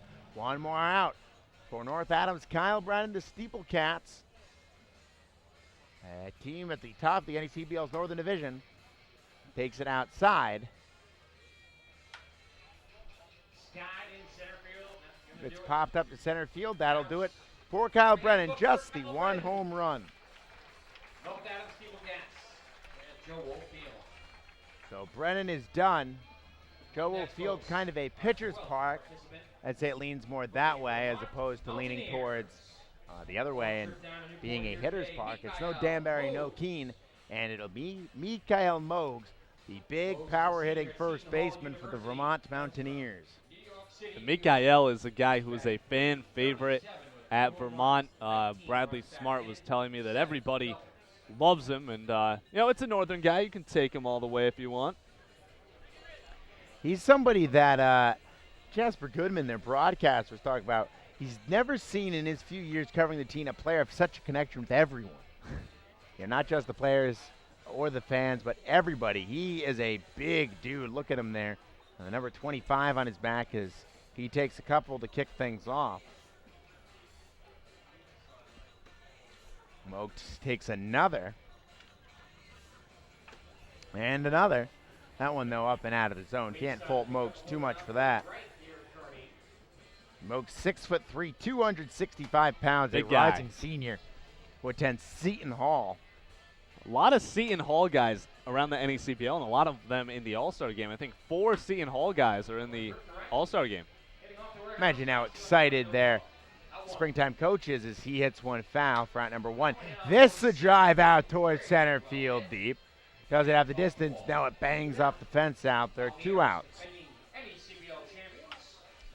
Drive out towards right center. Some real carry to this one that'll drop into right center field. The Vermont Mountaineers, defending NECBL champions, took down the Mystic Schooners last season. Swing, and that's belted out towards right field. Will it stay fair? I don't think so. And it does hook foul, out number 4. That's a long drive right there, but just a little bit out in front of it for Mikael. This one a high fly ball. Now does this one have the distance? As it goes, is it gone? It is out of here. Home run, Mikael Mogs. He gets his first of this home run derby. Now this a high fly ball out there towards center. A beat on it, the Gulls. Don't think this one will get out. No, it will not. See one of his teammates giving him a towel. He's going to call for a timeout, and also a Gatorade. He's the first guy in the derby to utilize this tactic. Take a break. It's not a bad idea. You see in the Major League Derby, the guys, they get 2 timeouts around, and they can take as much time as they want. No, we haven't seen anybody take a drink break. So he rips this out towards right field, not going to have the height to get out of the ballpark. And 6 outs, 4 to give for Mogs. Oh, that is a drive. Holy mackerel. Oh, you can see that one bounce off the roof out there. Oh, yeah. There are solar panels over there. Watch out. That's an expensive fix. Ooh, boy, 2 dingers for Mogs. As now he puts the drive into this one. Back it goes. And see you later. Another dinger. He's got 3. He's coming right back into it. One more to tie it up at second place. Oh, wow. That, over the house. They hit off the back of it. And that's 4. I'll tell you what, folks, you're in those houses, get in the basement. As he pops this one up left side, that'll be an out. Get in the basement, folks. If you're on the top floor in your attic, you're in a dangerous place. These things are going to come crashing through roofs. And he takes another one. 7 outs now. He takes one high up around the eyeballs. Woo. Oh, that one's got a chance. High drive out towards those solar panels. Boom, off the roof.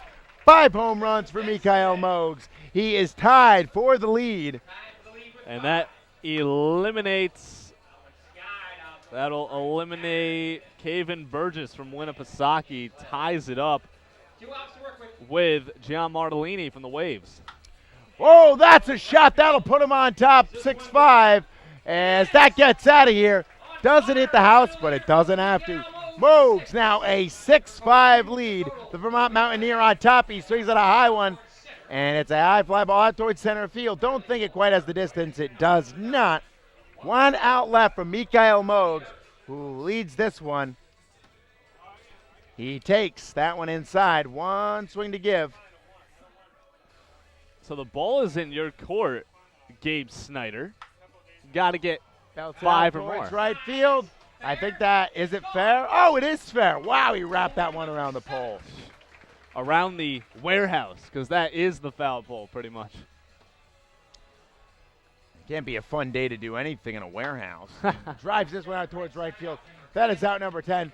So Mikael Mogs, call him Neil Armstrong because he was hitting moonshots. Wow, what a performance. 7 dingers for Mogs and the Vermont Mountaineers. And with those 7 dingers, first place, he leads. Wow, what a performance. And what a series of absolute bombs.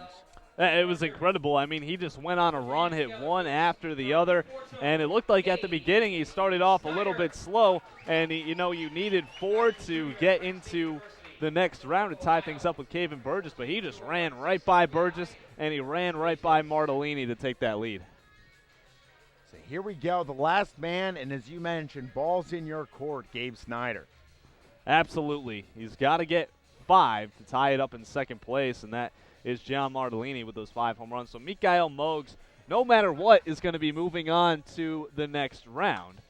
So here is Gabe Snyder from these Newport Gulls and the hometown favorite from the Gulls. He has 2 home runs with them, batting .314, and this one is way, way back, and it is gone.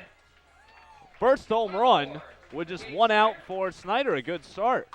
This one popped up. That's going to be 2 outs. And we'll see if he gets the hometown performance. A lot of times you see the guy in their hometown ballpark have a great time. Oh, baby, this one skied very deep. Yes, indeed, it's gone. 2 for Snyder, and he's doing it early on without a lot of outs. This one popped up. That'll be an out. Well, you jinxed them right there, Mike. Hey, it's the home run derby. I can jinx these guys all I want. Lunsford, unfortunately, eliminated. That's your pick right there. Cole Gordon, my pick, eliminated. And Burgess is eliminated. That was my sleeper pick. So Mikael Mogs definitely moving on, along with John Martellini, unless Snyder can get 3 more out of the park to tie it up at 5. And then I would assume they would have a swing-off, maybe. That would be exciting. This one is very deep into the triangle. Will it carry out here? Yes! Whoa, wow. The longest part of the ballpark. That's number 3. I love watching the ball disappear into those trees. Yes. This one popped up. Snyder has got the right approach. He's hitting pop-ups because he needs to hit it high. A lot of the guys are hitting line drives, but Snyder knows how to play here at Cardines. This is his home field. You're absolutely right about that. Oh, this one skied very, very deep. It's got to be out of here. Over the roof, over everything. We're warning about backyards. Worry about your front yard. Yeah. This one skied. Will it have the distance? No. So Snyder's got 4. He is swinging for his life. This is as good as it gets. He needs 1 more to tie it up in second place with John Martellini. This one popped up right side. Does not have the distance. It's foul. We'll see how many outs if Nick Lima can give us an update. Or you're keeping track. Or are you? Not anymore. Oh, this might be number 5. Oh, yeah, on the roof. He ties it up at 5. Second place with John Martellini. 6 will do it. It's popped up.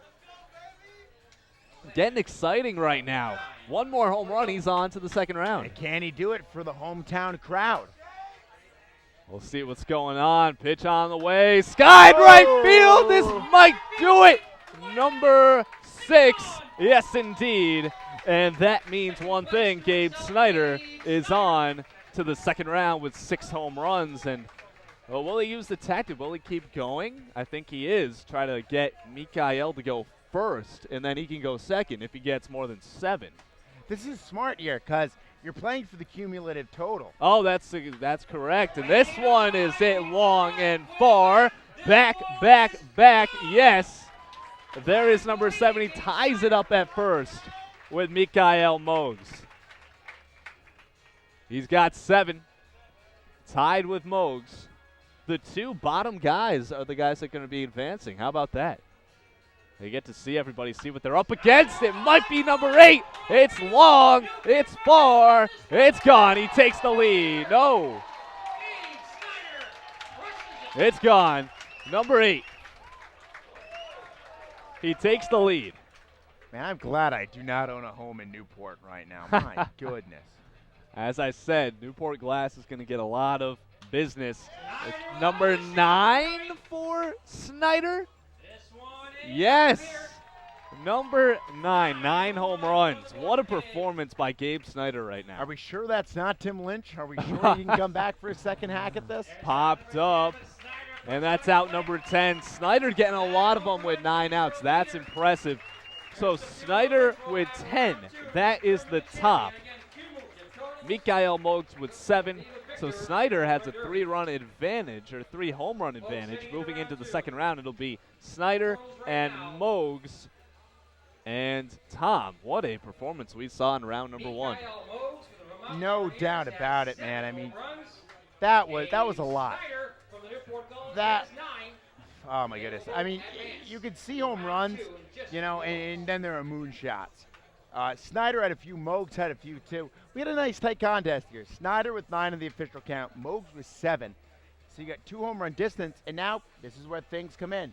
Mogs have a little more in the tank, you know, having only hit those 7 home runs. Did Snyder tire himself out? Or, you know, That's these right. two guys, certainly the best home run hitters in the NECBL, saved for the end, it seems, in round 1. You know, do they save their best for the second round? You only have those 2 go. So now as we begin round 2, you know, we see which one of these guys will win, who is the runner-up, and then that will round things up for our skills competition. And hopefully, you know, I'd love to have Shannon O'Connell or Taylor Archer get a hold of somebody down there. You know, Absolutely. whether it be Mogs or Snyder, our winner, and love to get their Get both thoughts. of them. Why not? Yeah, I mean, you're out there doing something. You're certainly not trained to hit home runs. You have power hitters, but you don't go into BP saying, I'm going to hit all these out. You want to work on your swing and work on your mechanics. You know, there are other things that come before hitting them out. It is possible to put a good swing on the baseball and keep it in the park. So from that perspective, you know, I really would love, you know, what is running through your mind trying to get lift, trying to crank these. I would love that perspective, and of course, you know, if Taylor or Shannon could get down there, that would be fantastic. I want to know that perspective. Absolutely. And in the second round of the Derby, it's only 5 outs. So Gabe Snyder with a 3-run cushion. It's going to be tough for Mikael Mogs to make up that ground with Snyder going second. So Snyder knows what he's going to have to work with when he comes up to the plate. Let's give you a quick round off of how these guys did in the Derby. Keene's Jordan Howard did not hit 1. Mystic Schooners Chase Lunsford got 2. Charlie Concannon from the Upper Valley Nighthawks with 2. And Cole Gordon from the Plymouth Pilgrims with 2. It seemed like we were stuck at 2 for the entire time. Shane Hughes from the Mainers with 1. John Martellini really opened it up, and we thought that wasn't going to be beat with 5 home runs. Hezekiah Randolph from the Blue Sox with 0. Ryan Baldwin of the New Bedford Bay Sox with 3. Caven Burgess of Winnipesaukee with 4. Sean Blake of the Danbury Westerners with 2. Kyle Brennan of the North Adams Steelcats had 1. And then we get to the final 2 guys, and those are the guys moving on. Mikael Mogs of Vermont with 7, and Gabe Snyder of Newport with 10. So how about that? The final 2 guys are the ones who put the most on the board. I think it's an advantage because they got to see what they had to do. We get a chance to breathe and relax. We're on the first couple guys. I think there's a little bit more pressure just because, you know, you're kind of getting tossed into the fire. You got to watch a little bit, chill, hang out, talk. I think you get a little comfortable out there, and you can see at home plate right now. Gobbles is fired up. I'll tell you what, this is one of the weirdest things I've seen in the NECBL. First game I ever did was at Forges Field. Nice. With the New Bedford Bay Sox. Opening night, I get there. You know, I'm nervous, young and chipper in my broadcasting days. Getting set up, getting my book ready. And I'm told there's going to be pregame ceremonies. Okay, sure. A helicopter flies over Forges Field. Hanging out of the side of the helicopter It's Gobbles? is Gobbles. No way. Not making it up. Helicopter lands in center field. Gobbles comes flying off the helicopter. 2 or 3 interns. Parachute or what? No. Just- that just would have been dropping? the icing on the cake. They landed the thing in center field. This is a pregame ceremony. Did they play the Gobble Wobble? I think they did later in the game. Not at that moment. Gobbles has its own song. Can't get much better than that. And it's an actual produced by a professional guy. I have so many questions for the How for that the happened. organization. So many. I got to do a game with Diamond Chili Davis. Yeah, you had mentioned that. That was a great experience. Moog's being real selective here in round 2. He puts a drive into that one out towards right center field. Some carry to that one. It's gone through the trees. Number 8 for Mogs. Remember, it is the cumulative total between both rounds. That's a high fly ball. Don't know if he has the distance. It's hit out towards center, right center. It will not. Out number 1. So 4 outs to go now. That's belted. A line drive. Don't think it has the height. It does not as it bangs off the sign out there. Now, we'll see if Mogs doesn't get 2 home runs to tie it with Snyder. Will Snyder even go? I think he should for the hometown fans, but we'll see. Because he won't need to. He'll have it won. That's true. Well, we'll see what Mogs does here first. That'll dictate what happens next. As he puts a high fly ball, center field deep, way back, and that's out of here. Onto that guy's front porch. Watch out. Hide inside your homes, folks. It's funny, they are, because we saw the people. They are hiding. We saw the people setting up their stuff in that porch in left center. They're not out there. They're scared of all of these baseballs. It's a perfect day, but not a great day here in Newport for a barbecue. It is raining. Cowhide. 3 outs, 2 dingers, 9-9. With Mogs hits 1, he forces Snyder to come out. 4 outs now.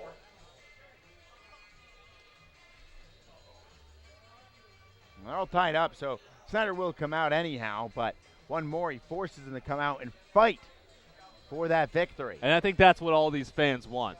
They want it to be competitive. Pops it up left side. So that'll do it for Moog. We are knotted up at 9, folks. Gabe Snyder, with 1 swing of the bat, Mike, can win it for the Newport Gulls. Yeah, that's exactly right. We'll see what Snyder can do. So, yes, Gabe Snyder has 9 home runs. Now, Mikael Mogs with 9. We're tied up. And this is better because, you know, Snyder has to go out there and prove that he can get 1 more home run in 5 outs, and that's not easy to do in 5 outs. What do we do if we tie? The swing off. I would love it. Love something. I love a bunting contest. Bring it home. Maybe they can race around the bases. You know, I might take Mogs in that. He's faster than he looks. He is. Oh, my goodness. If it's gone, it's fair. It's over. Snyder will be the champion. So he's still going to go. He's still going to give the fans a show. And there's number 11 out of here. Just trying to tack it on. Why not? Well, Mikael Mogs is eliminated. Snyder is out there just getting the job done, putting on a show for these fans. He has 11 right now. Remember, there are 5 outs. He's being selective. I mean, he's already got the thing won. That might be number 12 into the triangle off the top of the fence. 3 outs on the board. And this one is skied. Kind of where it juts in. I think it's got enough distance. Yes.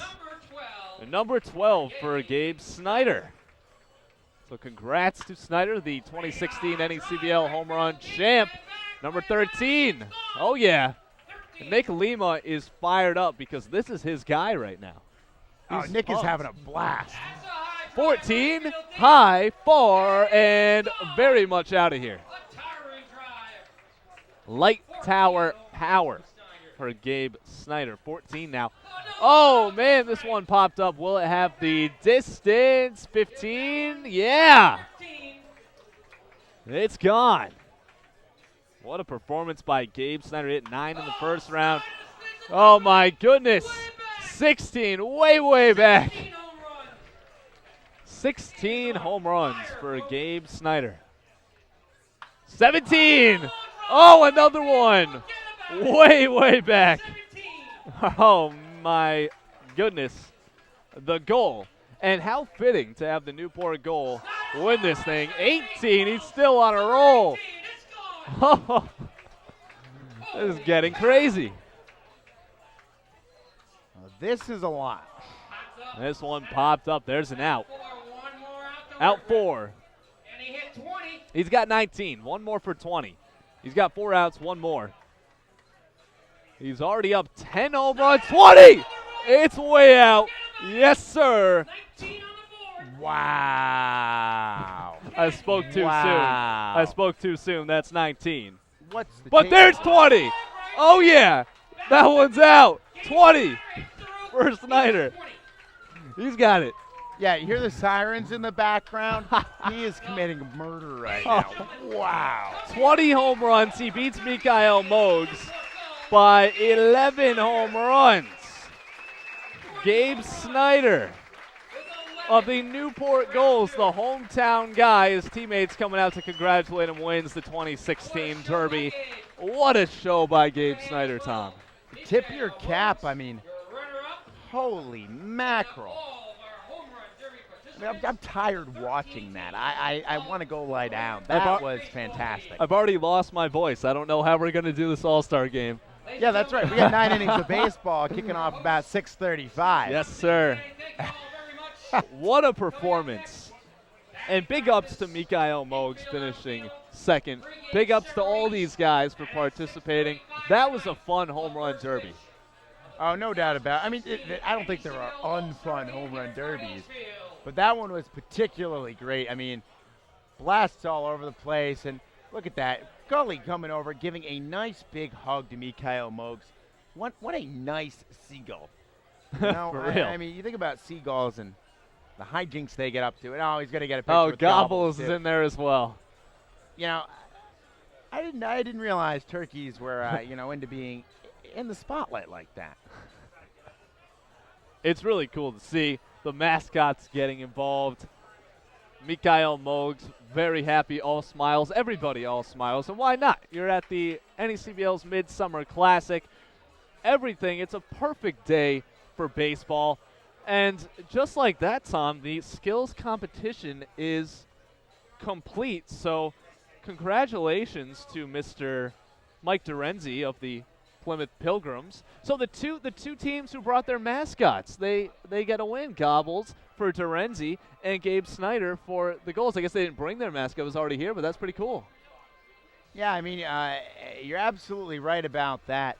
In terms of last year, they had a mascot kickball too, and it appears we're just a few moments away here from being able to throw it down to the field. I see Absolutely. down at field level Taylor Archer standing side by side with runner-up and Vermont Mountaineer Mikhail Mogs. So we'll send it down to Taylor and take a peek what's going down at field level.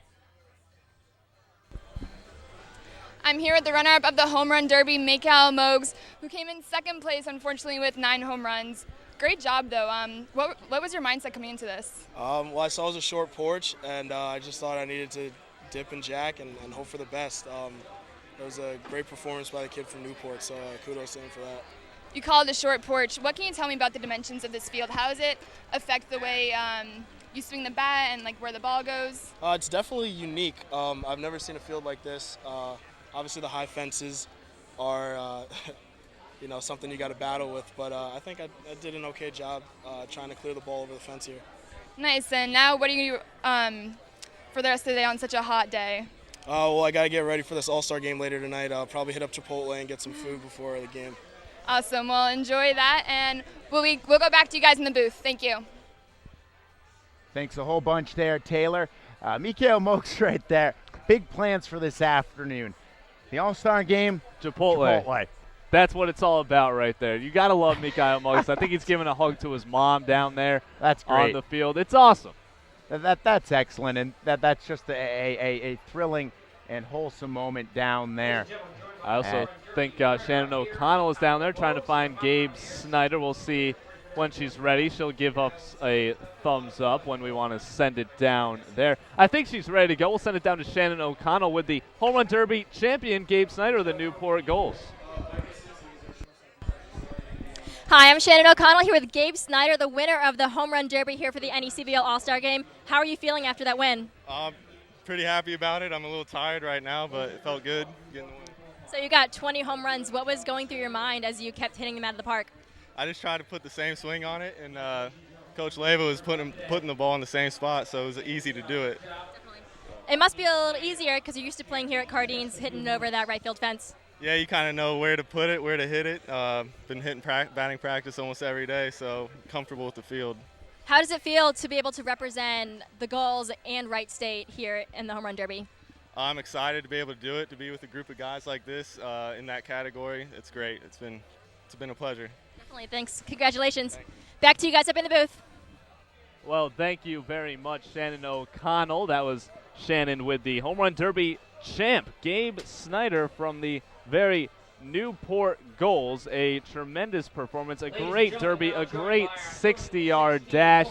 Just a tremendous event all around, and it looks like now the North and South All-Stars are going to start taking BP. I think looking at the schedule, it'll be Southern Division batting practice first. Remember, the first pitch of the All-Star game is at 6:35, so I'm not sure, Tom, if we are going to take a break because we got to get the lineups and everything all written down. Lineups? I mean, we got to get a little fuel in us, too. I mean, talking about Chipotle there, Mikael Muggs, got to get a little fuel for this game we have, but yeah, I mean, you get the batting practice. I mean, just give you an idea of the way things will go here tonight. Introductions around 6:10, and your first pitch, of course, 6:35. Ground rules at about 6:30. The anthem about 6:18. So you're working backwards there, of course. But first pitch at 6:35.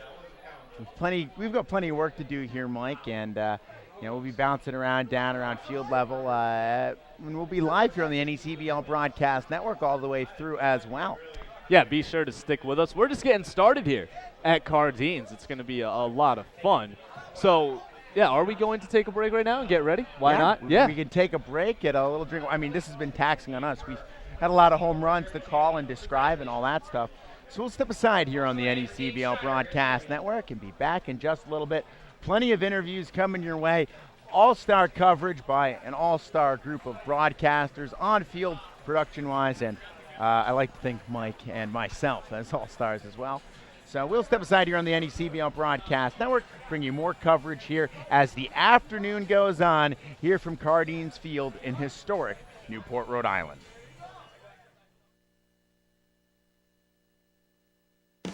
Fans, stay connected by following the